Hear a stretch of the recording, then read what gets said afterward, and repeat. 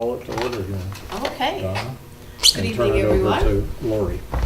I am Donna Leap, Assistant Superintendent. This is March 14, and this is our first reorganization meeting of the North Bennington Prudential Committee. And I will turn it over to Lori, who will open the floor for nominations for the chair. Well, first she has to swear Maria and I in. Oh, I we haven't been do. So Ray, sworn would in you yet. like to go first? I don't care. Okay, That's fine. repeat after me. I, Raymond Molyneux, do solemnly swear I, Raymond Molyneux, do solemnly swear that I will be true and faithful to the state of Vermont, I will be true and faithful to the state of Vermont, and that I will not directly or indirectly do any act or thing injurious to the Constitution and that I will not directly or indirectly do any act injurious to the Constitution or government thereof. or government thereof. And we're going to date this, you're going to sign, and I'm going to date it March 14th, 2018. Okay. And the oath of office, I, Raymond Molyneux, do solemnly swear I will faithfully execute the office of Prudential Committee member I, Raymond Molyneux, do solemnly swear, maybe that too, that I will faithfully execute the office of Prudential Committee member for the state of Vermont, for the state of Vermont. and will therein do equal right and justice to all persons, And I will therein do equal right and justice to all persons, to the best of my judgment and ability according to the law. to the best of my judgment and ability according to the law. And then we're going to date this March 14th, 2018, and then you can sign both. Thank you.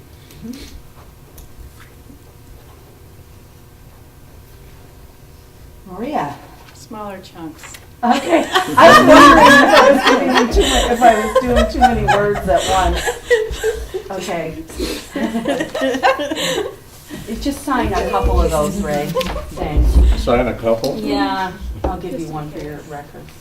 You have a pen? I, Maria Scully, do solemnly swear I, Maria Scully, do solemnly swear that I will be true and faithful to the state of Vermont, that I will be true and faithful to the state of Vermont, and that I will not directly or indirectly and that I will not directly or indirectly do any act or thing do any act or thing injurious. Yes, he, never mind. Yep. To the Constitution or government thereof. to the Constitution or government thereof. And I'll date this March 14th, 2018. and I'm sorry, sign- where do I sign? What? You Where just do I sign sign? at the, you just sign at the bottom. You just sign on the side. Okay. There's not a Oh. place that says signature. You just sign two of them. I made like 5 copies. Right. So Maria, we'll continue. Yes.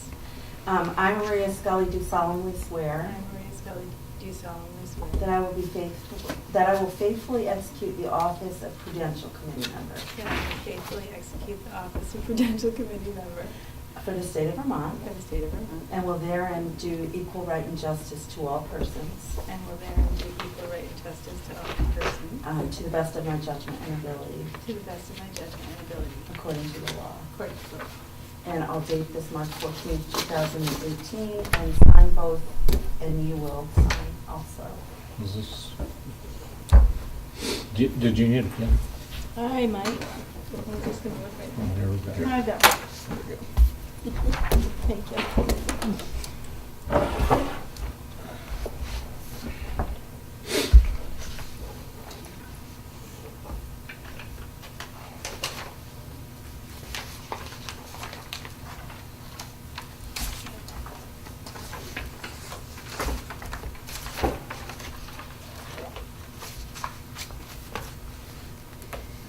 So now we do elections.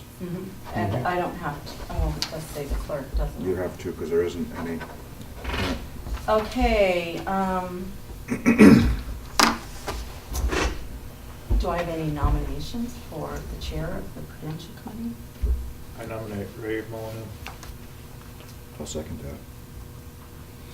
Are there any further nominations for the chair of the Prudential Committee? Are there any other nominations? 3 times, right? Are there any other nominations? Clerk will cast one. Ray, would you like this position? I'm open to it. Okay, so the clerk will cast one ballot for Ray Molyneux for the chair. Thank you. You're welcome. Are there any nominations for vice chair of the Prudential Committee? Nominate Matt Patterson, if he's willing to serve. I'll second. Are there any further nominations? Anybody else want to? No? Are there any further nominations? Kim's not here. We Kim could. is here. No, she texted me and said, just, you know, you can sign me up for anything. She did. I'm sorry I'm not at We the have it meeting. in writing. we'll see. Matthew, are you Sure. willing to do Sure. this? Okay. And the clerk will cast one ballot for Matthew Patterson for vice chair. Are there any nominations for board secretary? This is going to be a volunteer position, and there are only 3 of you left, so we can, Yeah, I'm happy to be board secretary again, okay. if nobody else wants to do it. There was confusion, wasn't there, as to who was the secretary? Okay, and then. Yeah, but I think we worked it out. Okay. Yeah, it gives me, it's a task that I do not mind doing. Okay, great.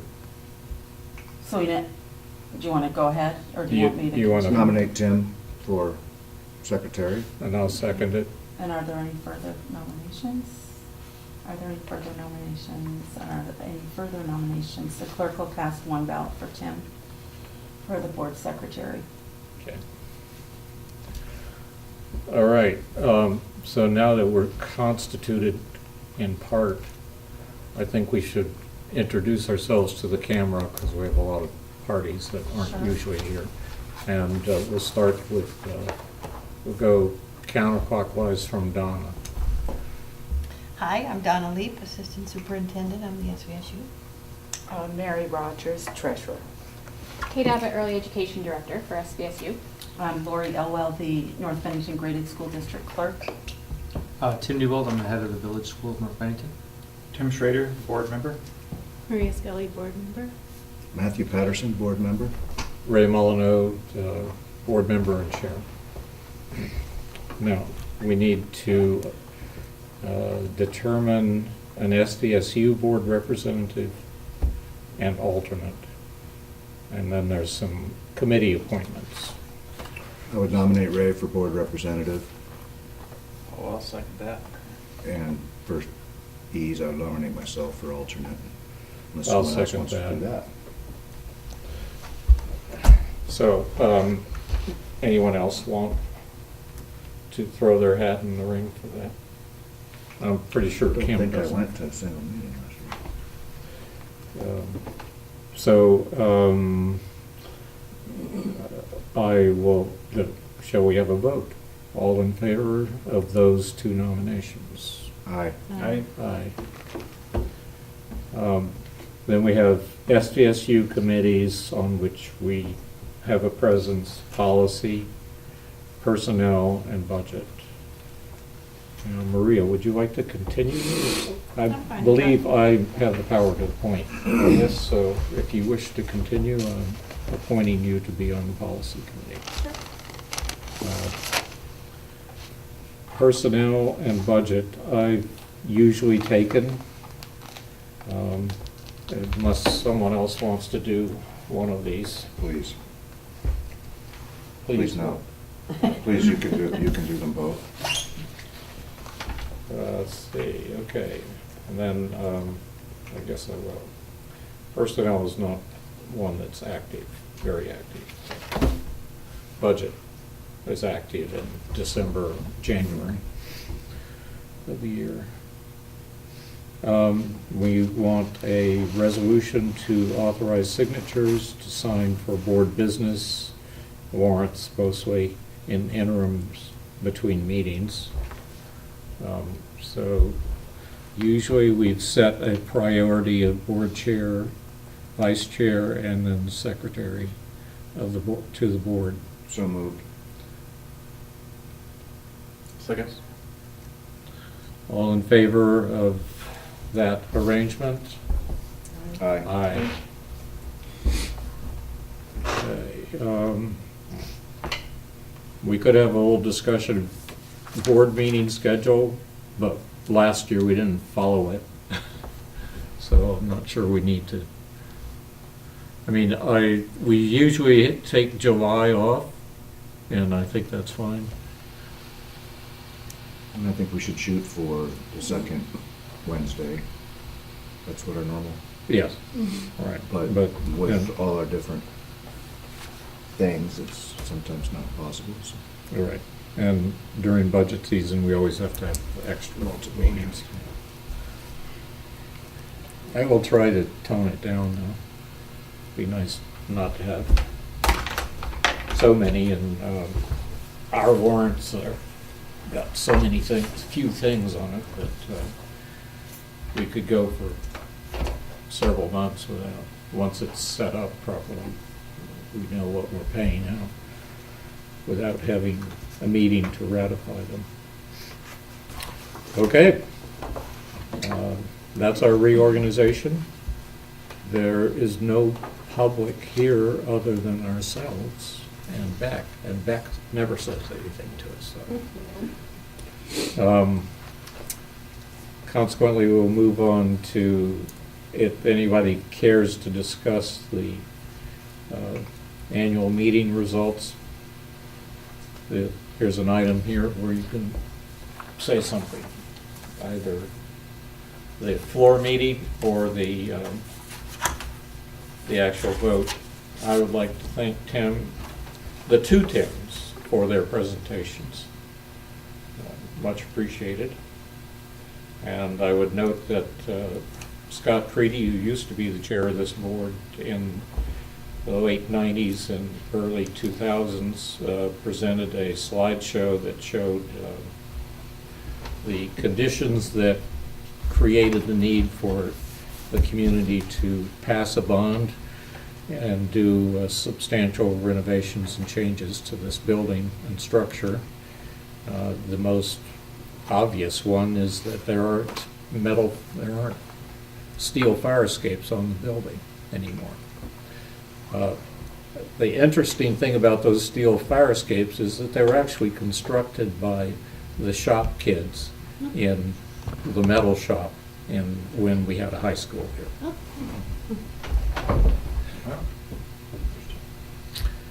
Pete Niles told me that, and I believe him to be a very trustworthy person.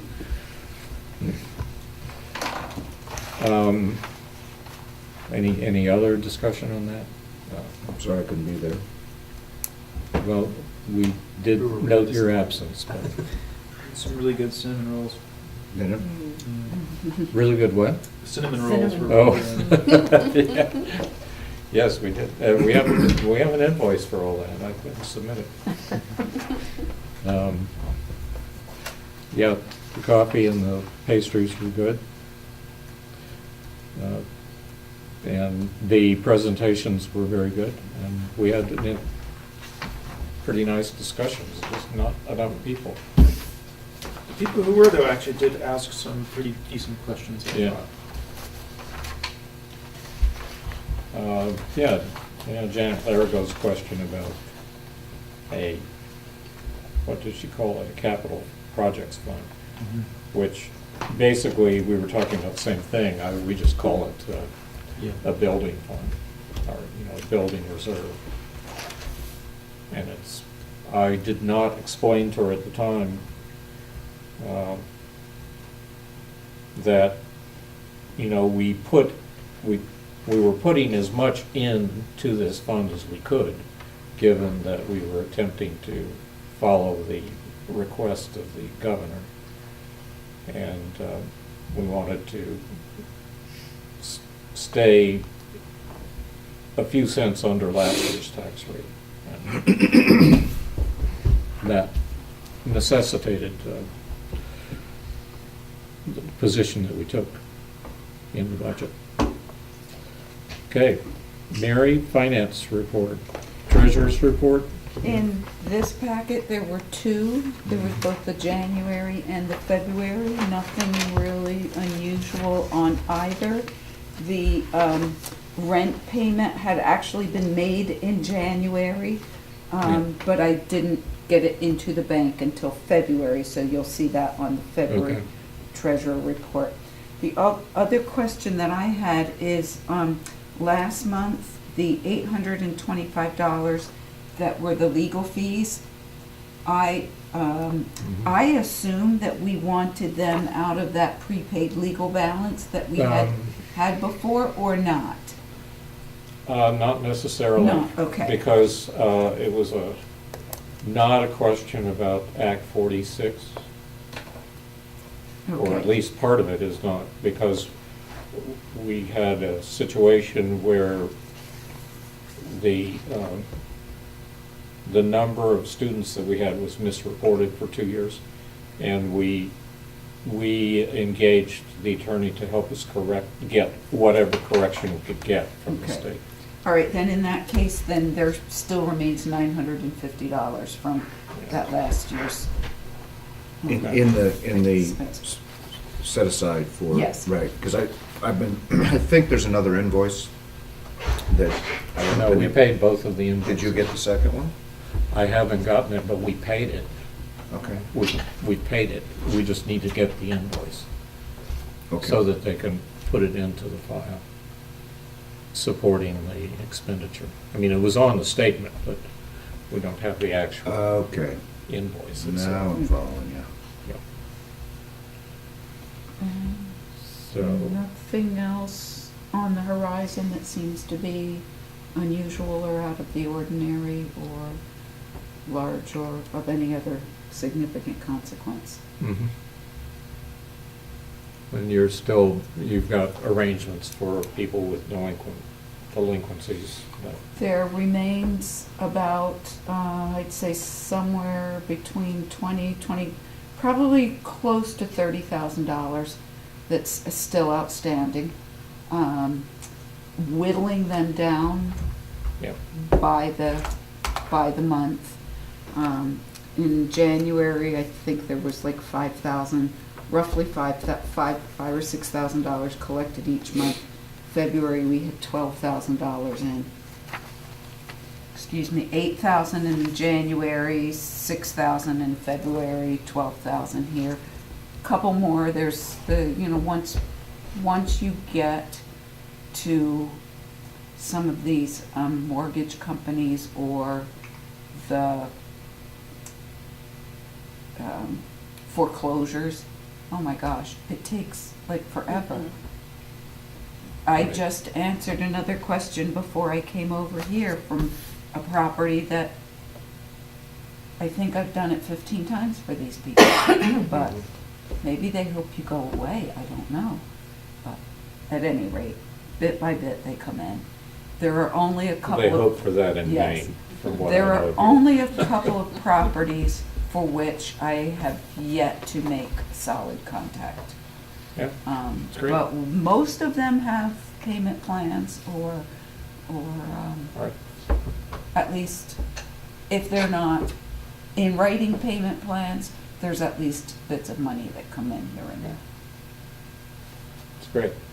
And did you check on whether this insurance payment? I have not seen that, any checks come in on that yet, Ray. All right.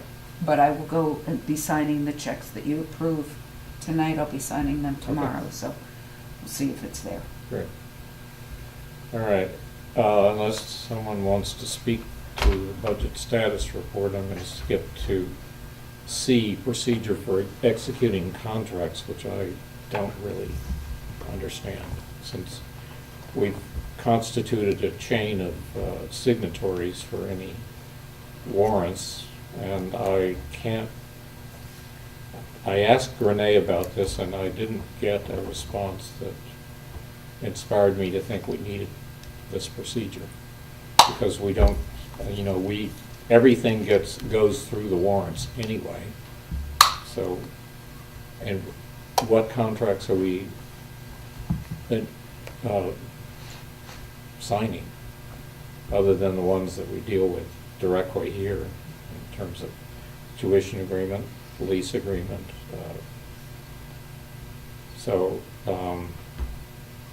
Let's wait and Yeah, we'll see see if if we can that, get a, she has something else She to say did about it. mention to me today that she felt in your case that the way you approve everything wasn't really necessary, Mhm. that it comes up in, more often, it came through the auditors, where people have a different process for purchase orders, and it becomes an issue about who can sign for those purchase orders. Purchase orders, right. But everything that you do actually goes through your whole board, so you Right. don't need to designate someone. Right, and I only question it because I've never seen the item on the reorganization agenda before. But I don't really think we need it, because I have been willing to go execute anything at central office if necessary, so. All right, so, we're done with finance, and we're to item number 6 on the agenda, consent agenda, which is an extensive list of minutes, mostly in January and February. They're mostly about budget issues that we had, and we didn't have a meeting, proper meeting to approve those at.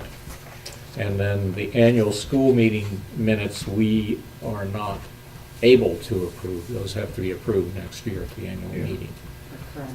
So I would accept a motion or entertain a motion to approve the list from December 8th, January 10th of 2018, January 17th, 2018, January 25th, and February 1st of 2018, those minutes, plus the warrants for February and March.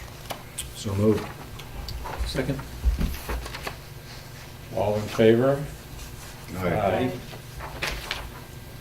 Okay. Here are the warrants, and there are two. We need to sign them. While we're passing around, Karen did make up a list of all of your contact information. If Yeah, everybody we could need to just verify look that. at that, make sure that it's correct. Right.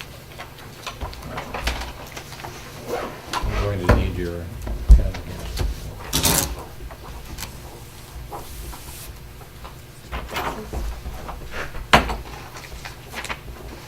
Yep. Pen's initial yours. So, while that's going around, we could consider policies. There's, first, these are, 3 of them are for adoption, one's for warning. The first one for adoption is 2600 Superintendent Evaluation and Review.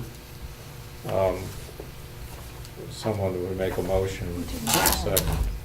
I would make a motion to adopt Those 3. policy number 2600. A second. I need a second. I'll second. Thank you. I was just reading it. Actually, you know, we operate in a form that we don't actually have a second. I have a comment. I do not want to approve this policy as it stands, because there's missing documentation. There's an evaluation instrument which I don't recall seeing. Maybe I have, but I just don't, it's not part of it. It's mentioned, and I'd like to see it before I approve this, because I don't think our process is inclusive of community input at all, and I think it probably needs to have some, be more like a 360 evaluation, because it's pretty haphazard what kind of information we bring, since we're just requesting board comments, mostly. That's my thought. But, anybody else want to speak to it? Seeing no further comment offered, I'll call the question. All in favor? I'll take your lead, and if you think there's time to flesh that out. I think there's time, Have definitely. you been discussing this on the policies committee? We have, and I'm gonna have to apologize, I was so sick for the last meeting, I Yeah, wasn't there. right. I know that you were talking about doing a different instrument, but I think that the instrument would be in the regulations, it wouldn't be the policy itself. The policy really outlines the dates and the process of how it happens, but the instrument itself is in the regulations, which can be changed at any time. Yeah, but it's material to, I think, to the significance of the policy. And I'd like to see it, because as I say, I don't think we've handled it all that well lately, so. So what you're saying, Ray, is that you're okay with the, I'm okay with the process With- that's outlined. right, Which- you've yet to see the part of the, Right. of the regulations. evaluation Instrument, you mean, or? right. Yeah, right. Which was not changed, is currently the same as it has been. Yes. Well, I mean, I'm okay with being the lone holdout. That's the way you feel about it, but I'm just expressing my opinion. I'm not too happy with it, so, the way it's happened the last few years. But is that gonna, is that, It won't Is it gonna the change policy anything? itself. I- It I won't don't change the know. policy, Right. but that could be noted for the policy committee to suggest Right. that is examined. Mhm. So I can take that. Yeah, Gordy, yeah. So I could abstain, I suppose. I'm gonna vote yes, because I I'm don't, gonna- because I don't wanna see it again. I'm gonna vote yes, just because it's not gonna change the policy, so. And I think the policy's fine, we fixed the dates in it, we did what it needed to do. I'll vote yes also then. Okay. Trust our policy committee rep. And I'm voting no. Okay. Emergency closings, number 3,200.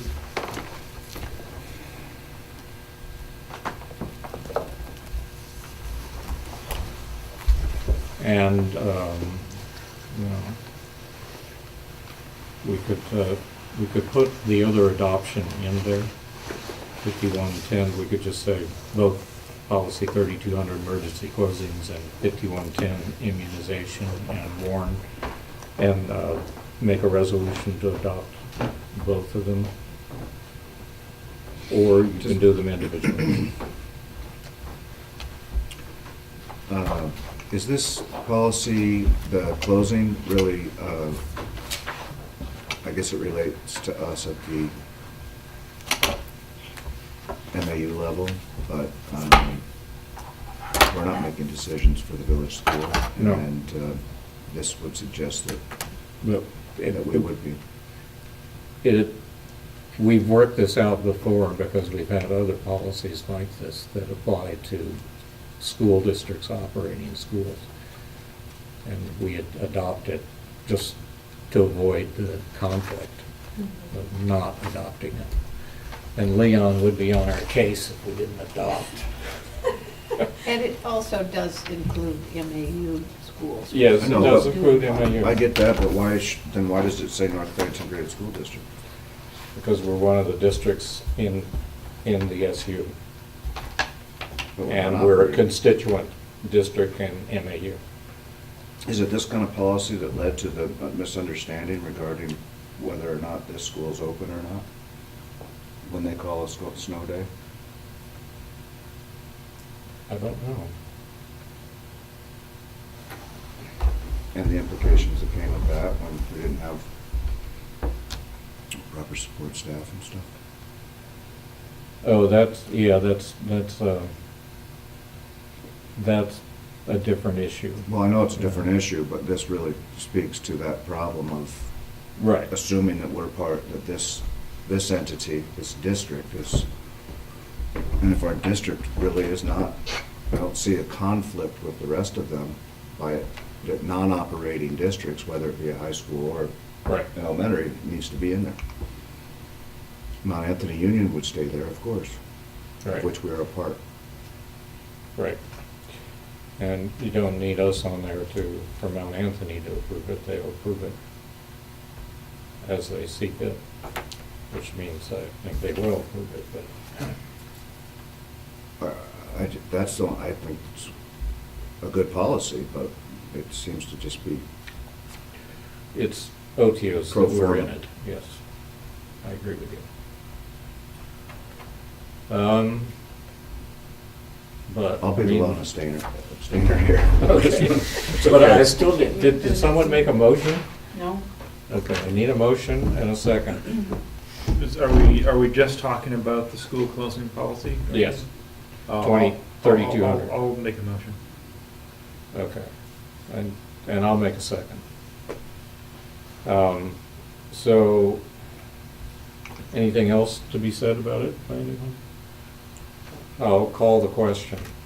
Do you want to approve policy 3,200 emergency closings? I I'm going to abstain. You can't abstain, because I'm gonna say no. Well, say no. I cannot vote. That, two out of 3 voting is fine. That passes. Immunization, 5110.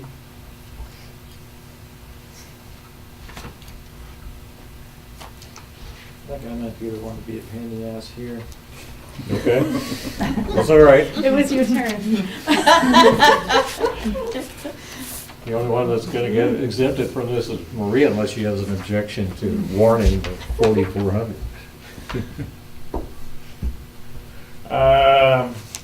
Maybe I won't be. I'm reading the religious exemption form right now. Mhm. What they did was how did this work? They brought it in line with state. State policy. Took the moral Okay. out They of took the it. moral out. Allowed the philosophical? No. Or is They it allowed- religious? allowed Religious, religious. Just religious? Not the philosophical. They brought it in line with state statute Okay. rather Okay. than. So it's I mean, in, we can argue it's, with state statute. You know, it's that's in fine accord to with, say. it's That- in accord with state statute. All right. I'll have that I'm just discussion. waiting for Yeah. someone to fight it, because they're gonna lose. I mean, the state's gonna lose. Well, of course they are. I mean, you can't deny somebody an education because they want to, like, if someone fights it, they're gonna lose, but. Yeah. See, and I'm thinking that I this agree with isn't you. strong It's enough. just- I'd like to have somebody actually really genuinely prove their religious beliefs. Yes. for Right. it, not Right. just sign this form because they're Exactly. scared of Not just immunizations. assert it, right. Yeah. Because of the false data from, No. what was it? The fact that you can exempt out of an MMR and send your kid to school just because you sign this form seems. MMR? Measles. Measles, oh, yeah. Rubella. Yep. Measles, mumps, and rubella. Yeah. Yeah, no, those are crazy things to drop out of Yeah. for a kid, young kid. And it's well-educated people who do it. I know. I know. It's It's- true. It It's has, true. it has to do with that fall study that came out Yep. And in they Lancet can't back in kill it. like the late nineties. The Which is more autism- about the the autism vaccine. link? Yes, It's it more is. about the vaccine It issue. is. Serum. Yeah, but it's all. Mercury. Yeah. Okay, so, I think a school still needs to be in a position to protect the whole. I mean, Oh, yeah, according to this, we're supposed to not allow them in the school, but I know, I mean, if someone actually fights it, the state's going to, like, if it goes to the courts, they would lose technically. There's no law that would. you'd probably be required to provide some exceptional situations of isolation so Yes, that the child can yes, still. you'd have to, yes, I mean, I think it's a good policy, but I think if someone fights it, they lose, but. I'll make a motion to adopt nonetheless. I'll second it. All in favor? I Aye. It's all of us. Okay, would 40. like a stronger statement of requiring people to do it, but I guess I can't fight the state law. Well, I'll tell them then they you'd hated it. create a policy that someone could object to it. I don't know if they take us to court, they just come and Yeah. yell it, lay on it. Being a scientist here and Yes. thinking that everybody ought to be immunized before they go on public as far as we use. Policy 4400, safety and security of employees. A warning is requested at this board. I'll make a motion to warn it. No harm in that. I'll second it. You have anything to say about it, Maria? Safety and security? I have nothing to say about it. Okay. It Will seems you like another have one something that to say about it doesn't really when we affect warn us. it? I will, When we definitely. vote to approve it? I have nothing. I wasn't at the meeting. I don't Okay. know if it was discussed. I wasn't at the so- last meeting. Okay. But Okay, yes, I will um, bring it back to you if there's anything to say. It will go back for discussion next time. Right. This All right. seems like another one that doesn't really affect us because we don't have any employees. We have Mary, who's gone, Right. Mhm. Lori. Oh, yeah. and Lori. She volunteered. Well, Practically. Why not? she doesn't get paid for the election. Yeah, is it on that? And you get, well, you get paid for taking minutes. Yes, I do. Thank you. But do they actually, are you working on a W-4 for the minutes? Or they just pay you as a subcontractor? They just pay me as a subcontractor. Yeah, okay. So you're not really our employee. Does the village school have such policy? Something about I don't know what the policy Safety and security. it's dealing mostly with exposure to Materials. MSDS. and Yeah. all that stuff.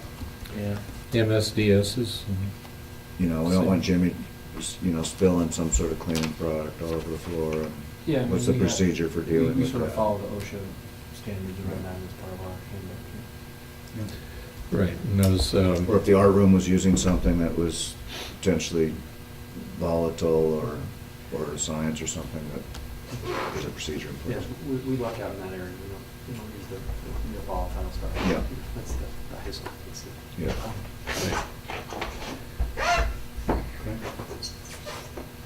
okay, shall we warn it? All in favor? Hey, Right. Aye. Superintendent's report. Kate, kindergarten age policy. So Ray had asked me to come and discuss this change in how the state is implementing Act 166 that starts in September of next year.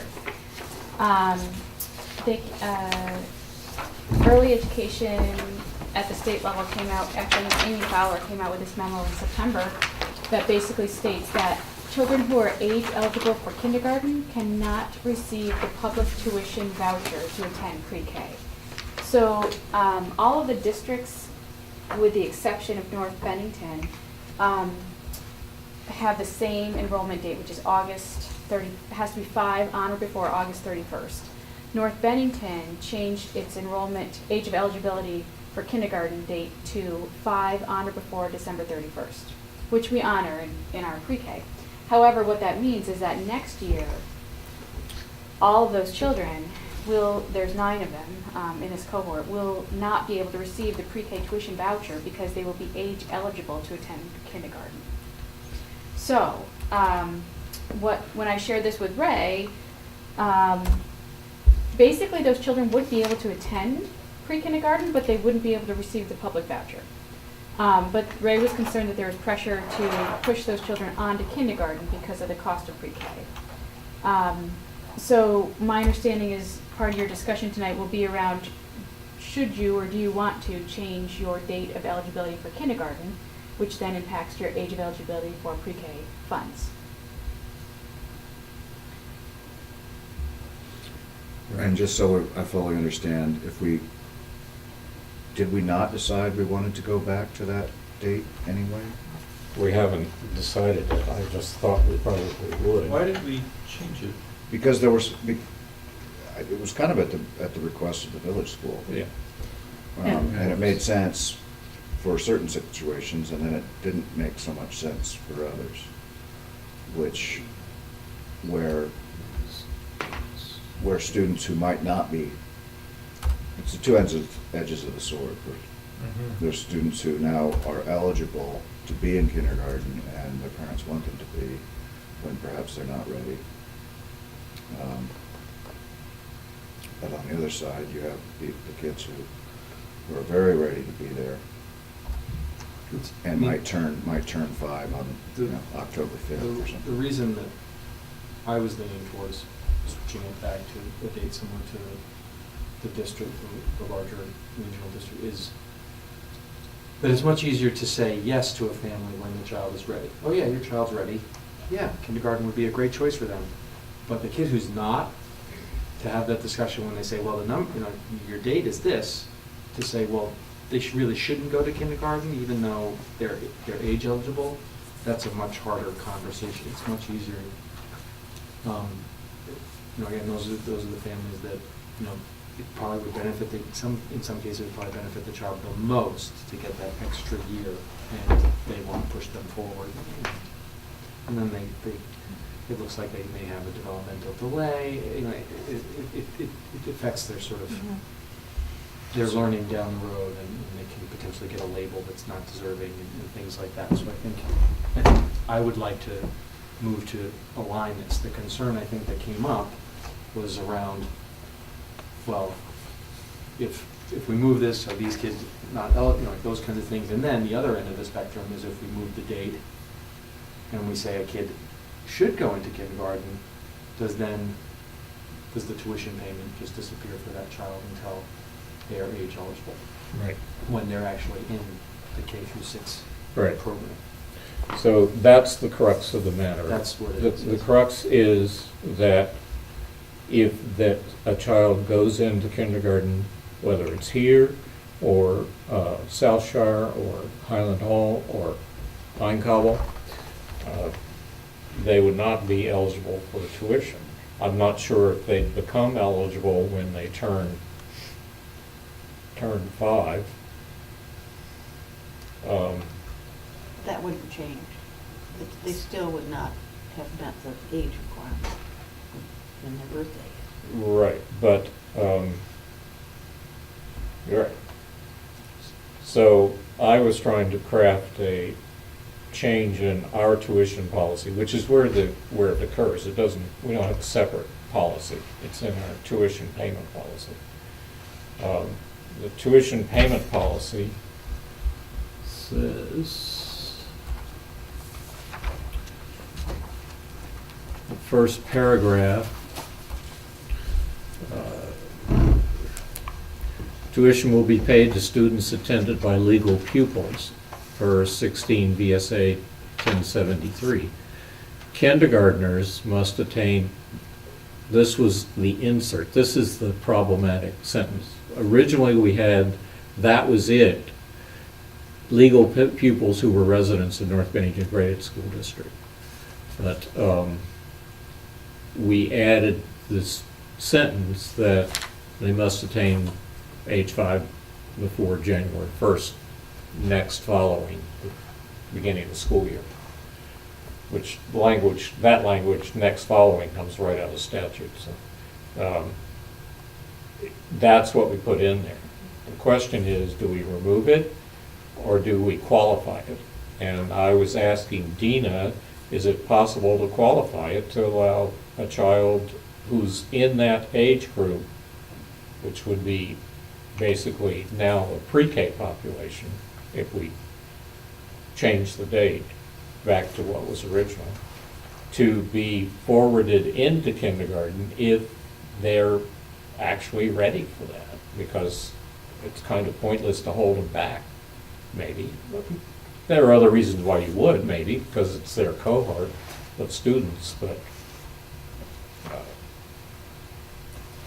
and the second thing is that this school has a different situation because it has a pre-K program from the other 3 institutions I mentioned. I don't know if Pine Cobble has a pre-K program, but I know Highland Hall and South Shire do not.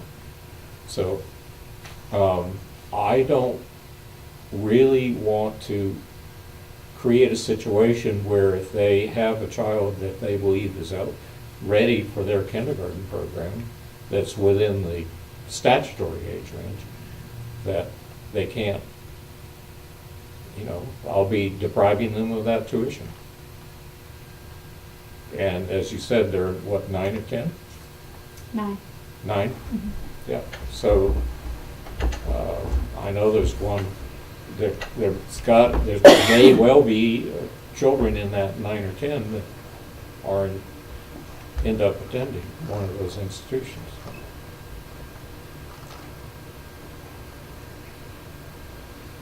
So I find it, to me, it's a rock and a hard place. They clearly don't like nuance. Oh, absolutely not. State They level. want it to be hard and fast because they don't want any discretion to descend on anybody down at the local level. May I ask, if there is a his like a child's birthday is September 5th, so they haven't met the date or something like that, Mhm. can they go to Pownell or Chefs, or does the school Nope. say absolutely not? Even if the kid is, so, well, what happens when they're later and there's kids who are bright enough to skip a grade? Because that happens. So how can you then say that a child whose birthday is 5 days off is Because not? it would be like skipping a grade. If they really thought they wanted to do that, and I'd have to say, it's a very touchy topic, because every year you get some Mhm. child who's born September 3rd. Why not? You have to hold a date at some point. Everybody would like their children to be eligible, because it makes life great, Mhm. because their children are in school. Mhm. But it really is, you have to hold a date somewhere of what the starting date is. I'm not saying don't hold the date, I'm saying hold the date, but if a child is ready. It's very hard That's- to prove. I'm a former kindergarten teacher. Oh, I know, but I mean, it's not a matter of proof, it's just if the school But- thinks they're ready, then they. But you would have to have some designation for how are you deciding that. Oh, yeah, we use an evaluation, a simple evaluation, yes. Well, I was looking mostly at policy 5020, which is age of eligibility for kindergarten, but you're referencing your North Bennington tuition payment policy, and so anytime Well, you they do- impact each other is the Mhm. problem. So anytime, I was just thinking, anytime you're impacting tuition and enrollment, all drive ADM, which drives the state support of the district. So that would be, I don't know what the implications are, but I would probably call and find out to say if we were to do something like this, or is this possible? Well, that's what and Dina B, was what would supposed to the be impact? finding out for me. I think she finally understands what my position is. Mhm. But she hasn't been able to get anything back. And, So what she said is basically there doesn't appear to be any mechanism which allows for a child who is too old to be in pre-K to receive the pre-K money, even though by forcing the child into kindergarten, it's costing the state substantially more. Right. Because that's a full tuition rather than a 10-hour tuition. It's fully, right. And so that doesn't make a lot of sense, because it appears that their decisions here are clearly economic. They realized that the pre-K program was costing them way too much money as they mandated it, and wanted to really start narrowing. After expanding it, now they want to start defining the outer edges of who gets money and who doesn't. But if the state doesn't have any, if there is no mechanism, I don't see what,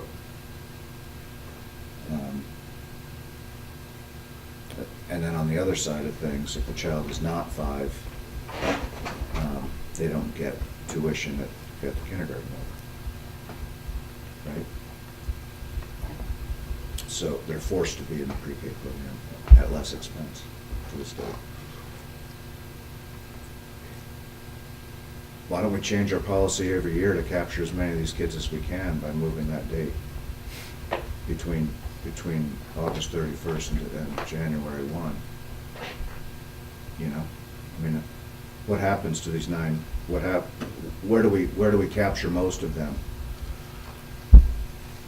October 15th?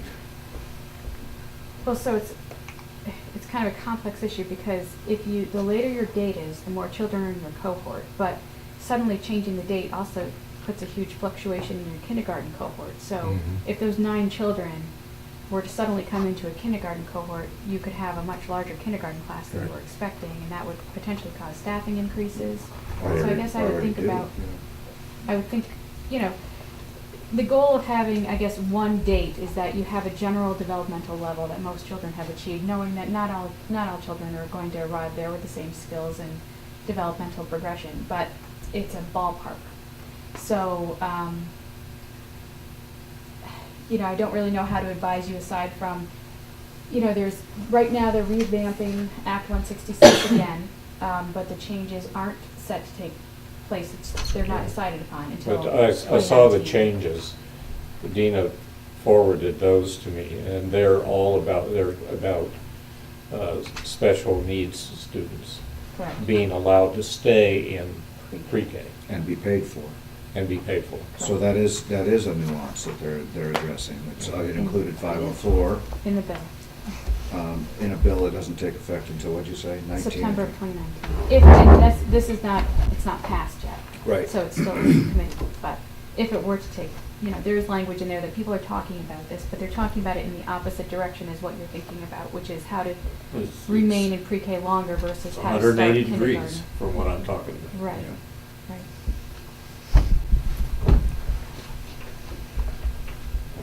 Well, It seems like in general, it doesn't solve this problem, but it solves some problems to realign our policy to the 31st of August.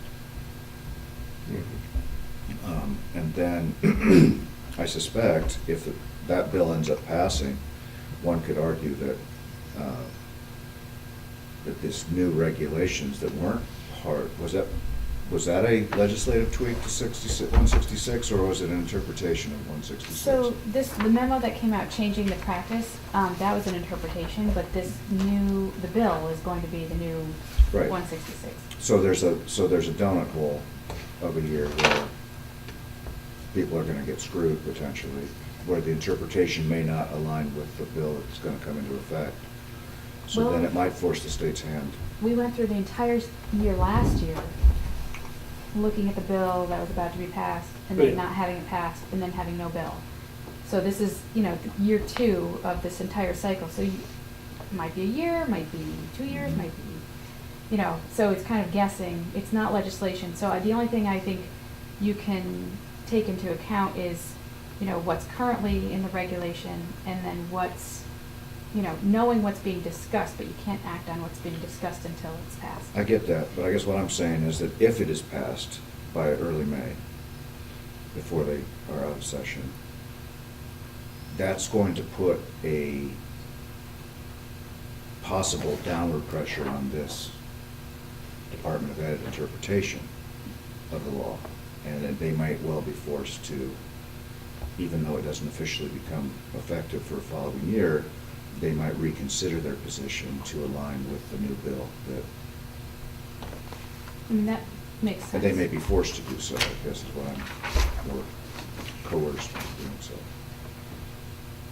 Because if the 504 language was in there, that starts giving you some flexibility, because 504s are much simpler than IEPs.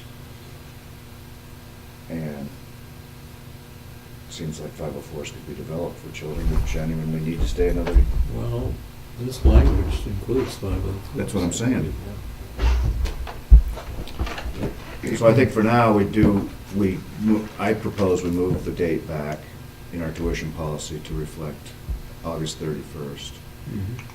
And cross our fingers on I think in the end it's going to impact less kids, because let's say of those 9, there might only be 2 who we think are really ready to move on.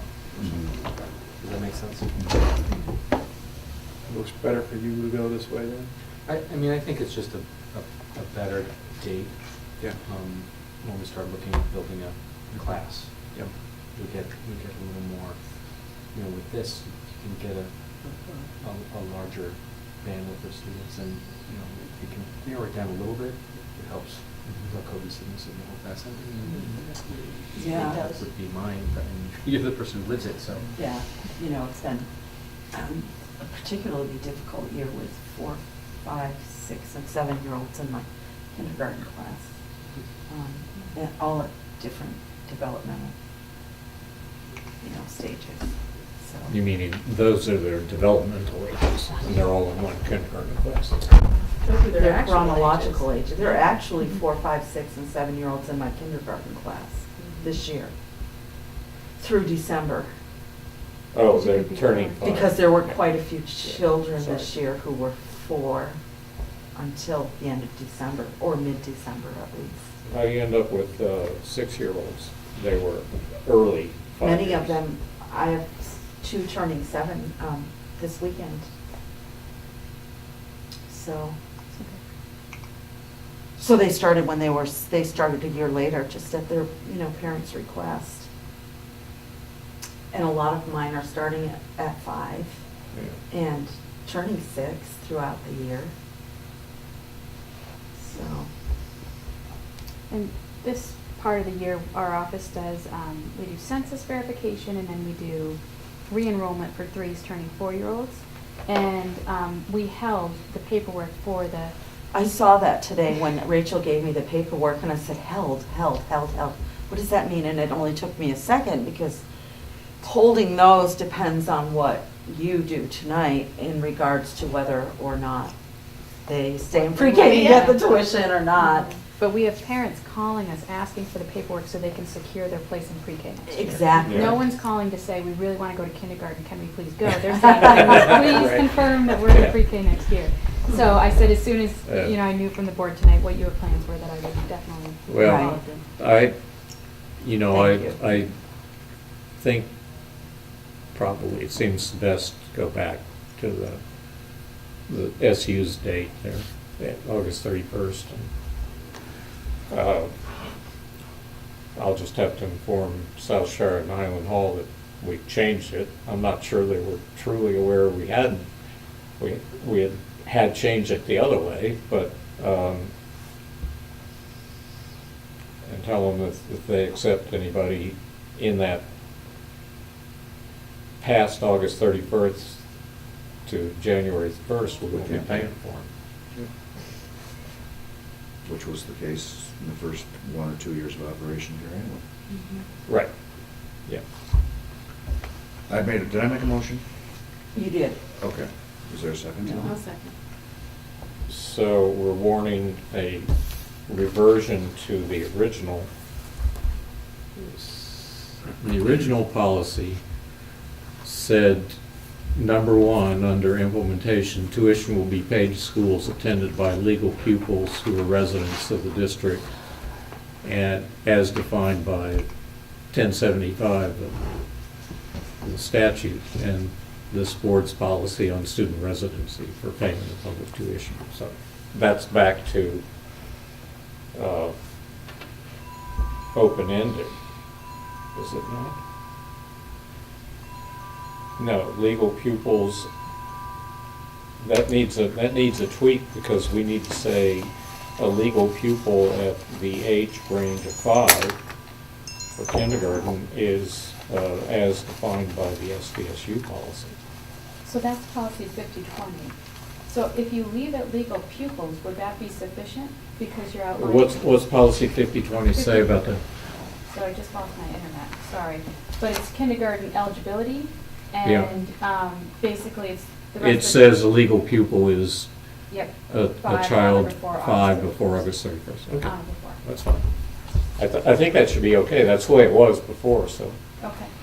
we'll just revert to our original tuition payment policy by excerpting that piece of text. Okay. So that's the resolution we want to follow. I'm not sure we really have to just warn it. I think we can just say we're done changing it. Yeah, we don't know. Yeah. So let's just change it. No, it's 5020. Okay, that's what we have. Okay, good. I made that motion to just change it. Right. Okay. Okay? Did I get a second? Yes, Yep. All in favor? Aye. Okay. Thank you, Hopefully, Kate. everybody's covered now. Thank you. I know it wasn't a big memo.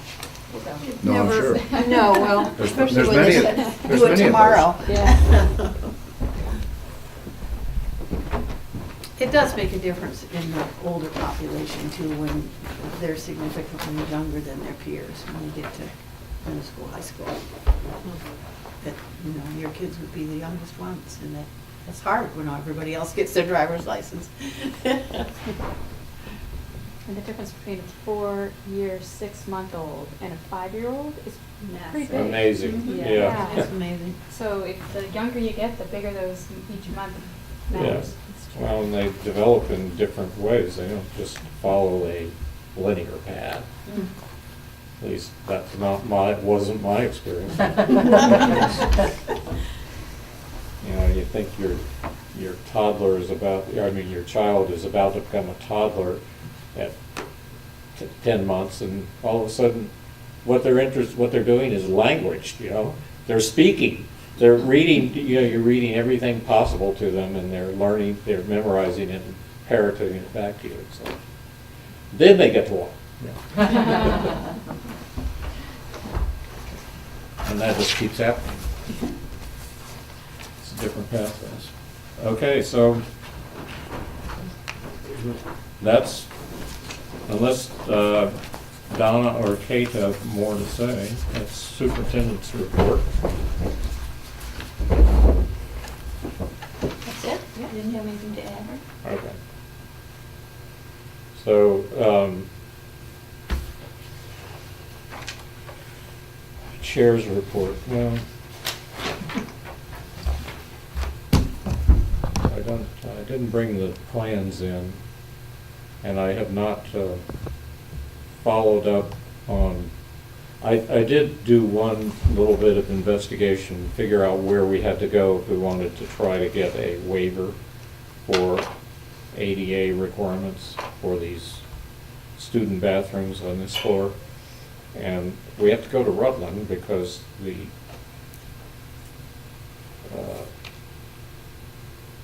because we still have this situation with the town of Bennington that they won't do any service for this community on building permits and building inspections.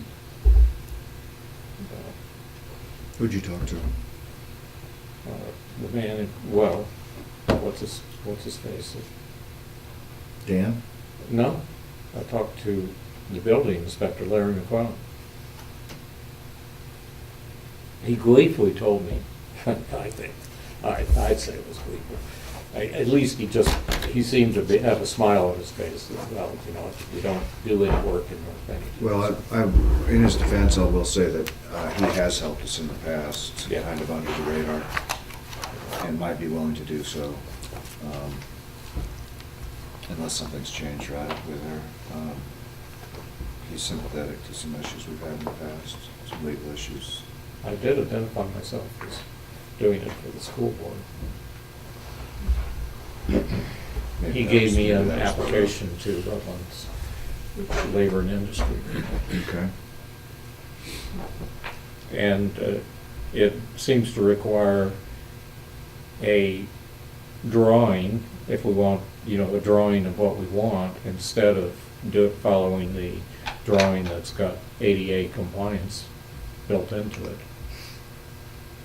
So I didn't do anything about it because I didn't know what the heck I was gonna say. Do we have a estimate of the differential between doing the bathroom,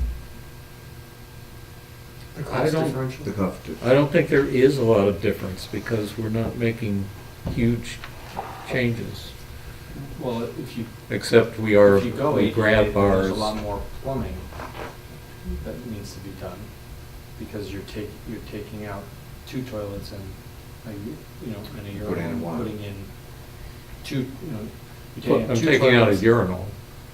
You're taking out there's 2 toilets and a urinal. Yes. So you're taking out 2 toilets, a urinal, and then putting in 2 toilets, and the toilets aren't necessarily gonna be in exactly the same place. Oh, The well, floors are there no, I now. figured on toilets, but you said plumbing. and I- Yeah, so that I'd means, stick so that them means, I'm separate. just. You might have I'm- to completely like redo the plumbing I'm saying on the the floor. taking out of them is the easy part, the plumbing behind Yeah. is the part that's gonna be the most costly. That's if we mount it on the wall, but we don't have to mount it on the wall.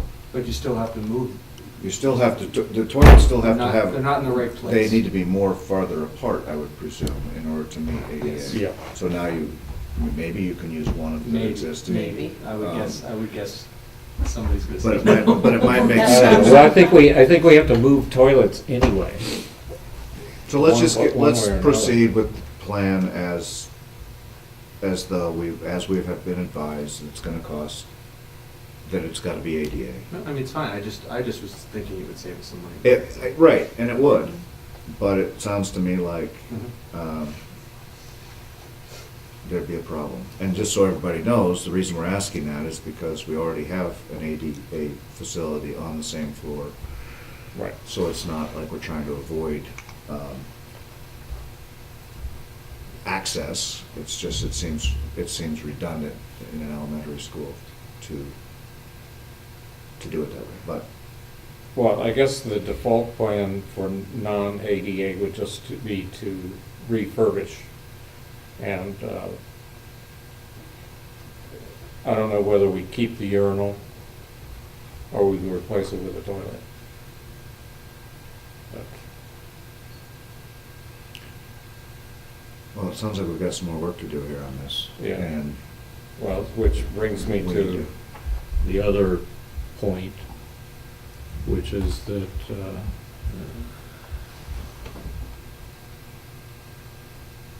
facilities. yeah. Sorry, I'm gonna find this.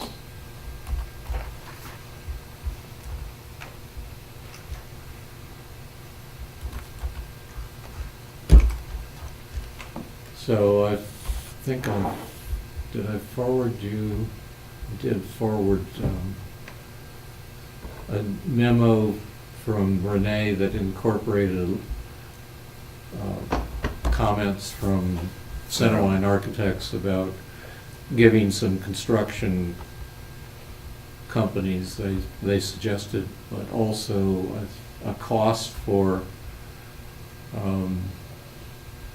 creating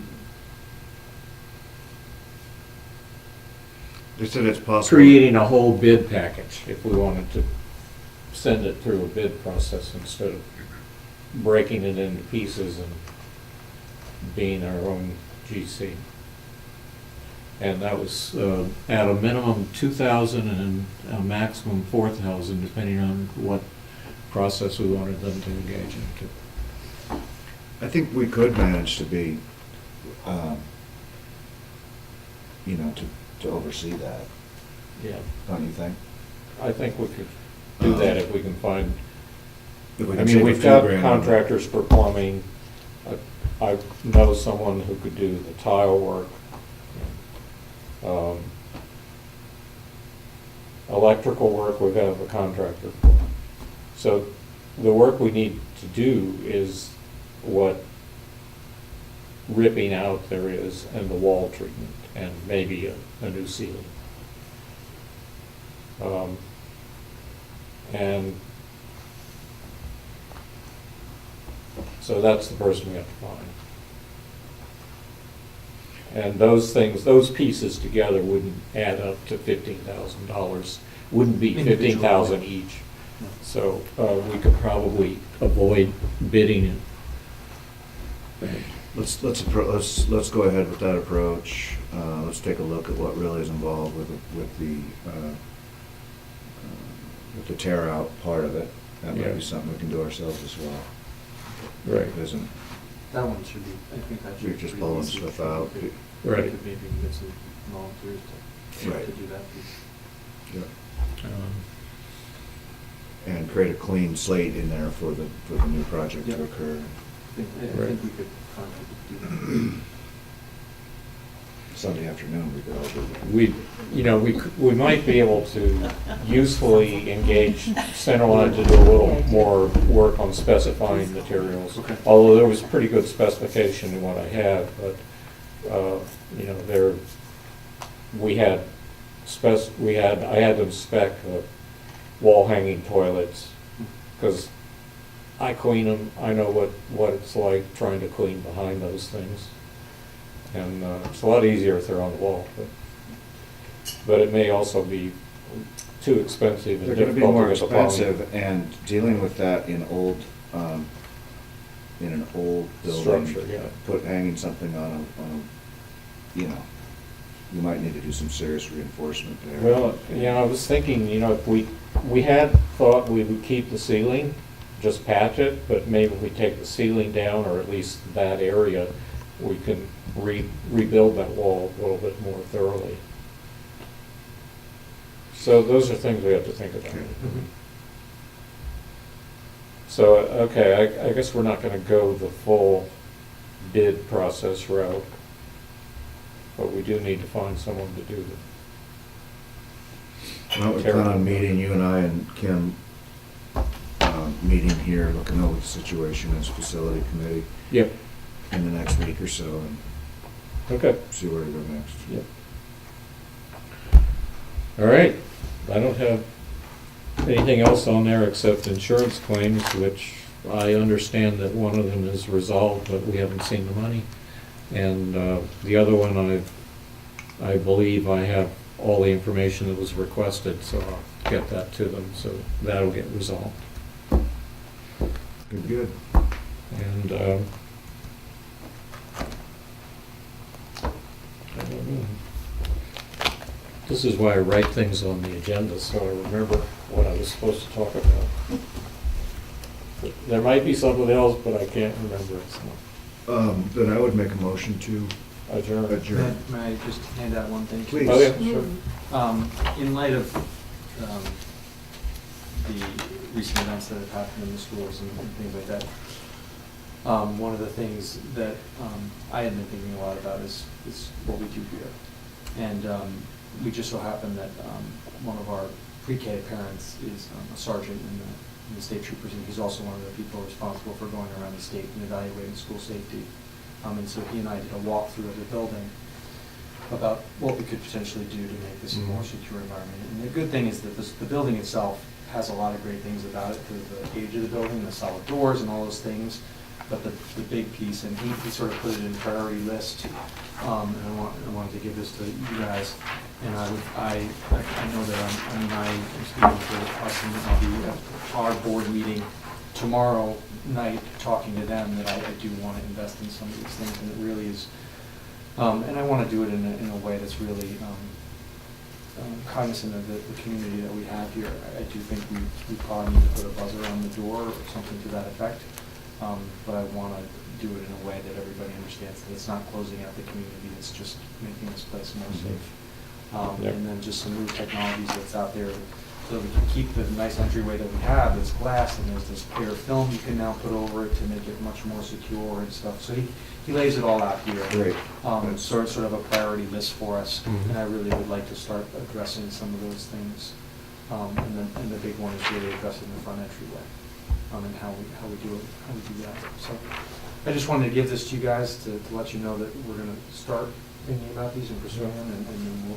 I think we probably can get some of it done through volunteers and stuff like that, trying to get things at cost, because I think people are going to be very much interested in maintaining the safety of the children within the community. So I just wanted to give this to you guys so Thank that you you. have an idea of what we're thinking about. No, I have one other possibility here. There's a fellow who works for the superintendent's office. Mm-hmm. So we actually contribute to that. So I think we could ask him to maybe talk to this fellow and Yep. review this again, see if he Mhm. has any, he seems to be a very competent guy. Who's that? And Who's that? see if he has Vic some I'm suggestions sorry. too. what was that? Vic Vic Malani. Malani. Vic, Vic, V.I. V.S. Yep. Is his wife also? Yes, yeah. Oh, I used to live across the street from him. Yeah, Great. yes, how do you know? I was like, that sounds.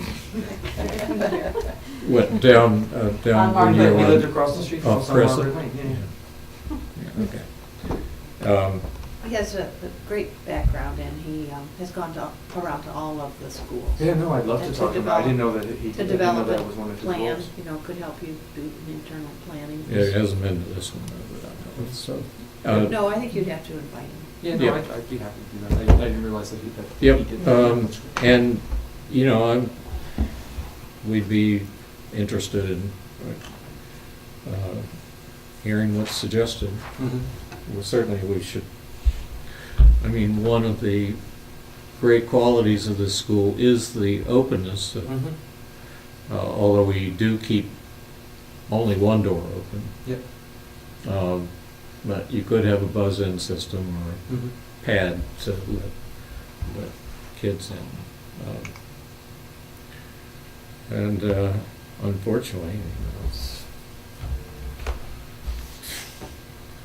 the rate at which the number of incidents at schools is an alarming number. The last big event, we talked extensively about this and that door and how that fire door there could be turned into a, We talked about that. It's on a it's one of the magnetic suggestions, switch so and it we could- can add, it's just But put it a doesn't panic lock button. itself. Well, we could do that, but you could put a Yeah. panic button, you know, in the office that would Right. release close that those. magnet, Right. override the fire Yeah, thing. and it would automatically call Yeah. the police department too. And 'cause we- it's got we would the have dial to, in the front. So it would, but Luke said that, so Paul said that that's something that he's done at other schools, and it's actually a pretty easy fix, and it was pretty cost effective, only, you know, in a few $100 range. It's just a matter of how fast is the door shut, how, Mhm. Oh, yeah. nobody's sitting at the, Mhm. I mean, Faye's not sitting at the video monitor all the time. Yeah, why not? So that's why he still said, you know, The buzzer. he said that that would be still a great thing to do, but still the best thing to do would be to really probably put a buzzer. Well, Shasbury did it, Mhm. and it's, you know, Mhm. they're pretty good about Mhm. letting you in, you know. Well, I think every school now, it's possible.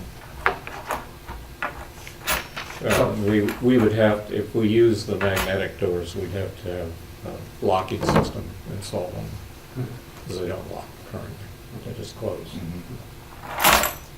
And that's because they're intended for fire situations, and you may have to get out. You wouldn't want them locked. Yep.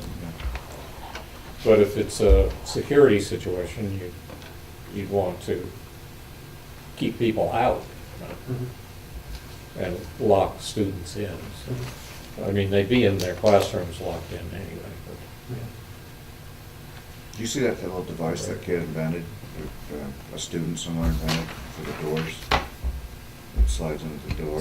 In the door. and Yeah, slide that's down. cool. Pretty clever. Opened up, You just, put it, and then you do and it that. goes around the metal casings of the, and, Makes it almost impossible. yeah, probably not so easy on these old wood doors. He said these doors are, you know, probably pretty secure. I mean, nothing's gonna stop. No. It's just a matter of slowing them down as much as Yeah, possible. I don't even like having this. I know, I know. but it's, yeah, I know. Do you have one more copy that I can? Oh, yeah. Okay. Thank you. I will remake the motion to adjourn. I'll second. All in favor? Aye. On my list. Thank you.